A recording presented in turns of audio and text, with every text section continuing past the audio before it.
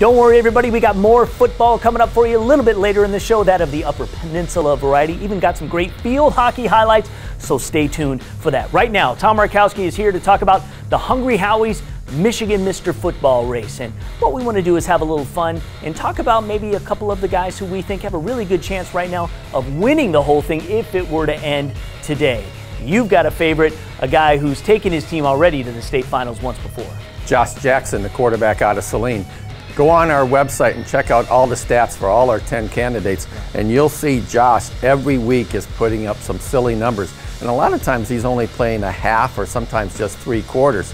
But he's rushing for 80 yards, a couple touchdowns, throwing for 150 to 200. And this is consistently week in and week out. And more than that, what I like about him is his leadership and how he brings his team together. He showed that last season throughout the playoffs, and he's doing it again this year. He is a dynamic player. He can beat you in many ways, and I would say he is definitely a front runner right now. Let's talk about another Jackson, and that is Tristan Jackson at West Bloomfield. This is a guy who's a quarterback, also plays wide receiver. In fact, that's where he's been leaning towards more. So I think they can maybe groom another quarterback just in case Tristan maybe should go down in the playoffs, because this is a team, West Bloomfield, despite just winning their first playoff game ever a year ago, they feel the means to make a long run in the state playoffs, and it starts with Tristan. Well, they already beat Clarkston. I think that was a big monkey off their back. They did not beat Clarkston last year. Sure, they had that playoff win in last year's state playoffs. This year, I think they have more confidence. 6-0 record.